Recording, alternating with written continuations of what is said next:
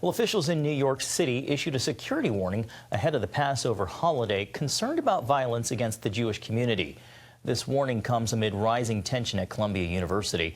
The school is increasing security on campus, adding 35 security guards and more than 100 other safety-related personnel after pro-Palestinian protesters used violent language, creating a threat to Jewish students. In some cases, the protesters identifying with the terror group that attacked Israel, chanting, "We are Hamas." One rabbi is urging Jewish students to leave campus, saying the school and the city can't guarantee their safety. New York City Mayor Eric Adams says he's horrified by the hate speech, but can't take action unless the school requests it. Police did arrest more than 100 people near the campus last week. Columbia's president condemned the protesters' intimidating and harassing behavior and announced classes will be held remotely today. Well, President Biden warned of an alarming surge of anti-Semitism in a statement marking the Passover holiday. Over the past 6 months, the ongoing conflicts in Israel and the Middle East have led to a huge spike in anti-Semitism across the United States. Correspondent Paul Petit shows us how one state is working to keep their Jewish communities safe. A county patrol vehicle guards Lubavitch Jewish Center in Little Rock, Arkansas. We work together with law enforcement to make sure things can operate in a safe way. At nearby Temple B'nai Israel, tiny pieces of broken glass remain as evidence from an act of vandalism. I can't say how it happened, but it certainly has never happened before. Both are examples of growing anti-Semitism across America's heartland. Since the October 7th Hamas attack, Little Rock synagogues have been the target of 2 bomb threats, creating safety concerns for Jewish congregations. These are incidents we usually see in large metropolitan communities, not in our smaller southern communities. So it's even more shocking. It's even more unsettling to hear that the Little Rock community, the Little Rock Jewish community, is so deeply impacted. A recent national survey revealed anti-Semitism to be at its highest level since the Anti-Defamation League began tracking the data more than 40 years ago. Nationally, ADL is reporting out over 3,300 incidents of anti-Semitism reported to ADL since October 7th, so since the war between Israel and Hamas broke out. That's over a 350% increase in anti-Semitic incidents.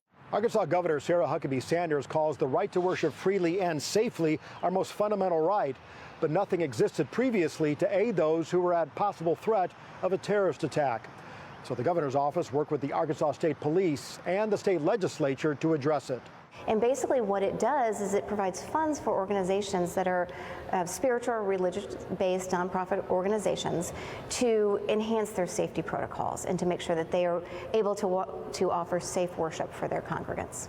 After its approval to provide $500,000, more than 31 applicants responded with requests seeking more than $2 million. So far, $227,000 has been awarded to 6 organizations. Of those 6, 4 are Jewish, including B'nai Israel and Lubavitch of Arkansas, which plans to continue paying for a police presence and adding unseen security measures. So we were very gratified and thankful to the governor who made this initiative to help reduce the concern and the fear factor that presented itself in the community when this took place on October 7th. Combating anti-Semitism is a centuries-old battle. Offering funding for protection is one way Arkansas is fighting back. In Little Rock, Paul Petit, CBN News. Thank you, Paul. Gordon, back to you. Well, this is a fight for all of us. We need to realize that we have to protect the Jewish citizens of the United States of America. And this is a fundamental for all Americans. It's amazing to me to see this happening in Arkansas.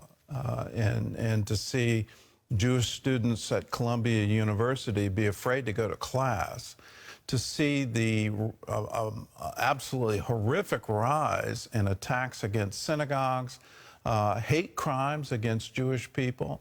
The FBI tracks this, and you would think in our age of terrorism, Muslim terrorism, Islamic terrorism, that there would be a spike against Muslims, but no, what we're seeing is a spike against Jews. It absolutely makes no sense unless you first look at it from a spiritual point of view. And the rabbis say in every single generation, a Haman arises who wants to wipe the Jews out.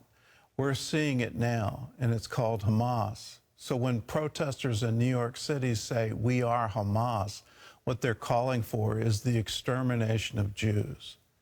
We who love God need to stand against it and say, no, not on our watch. We vowed never again, and we mean it.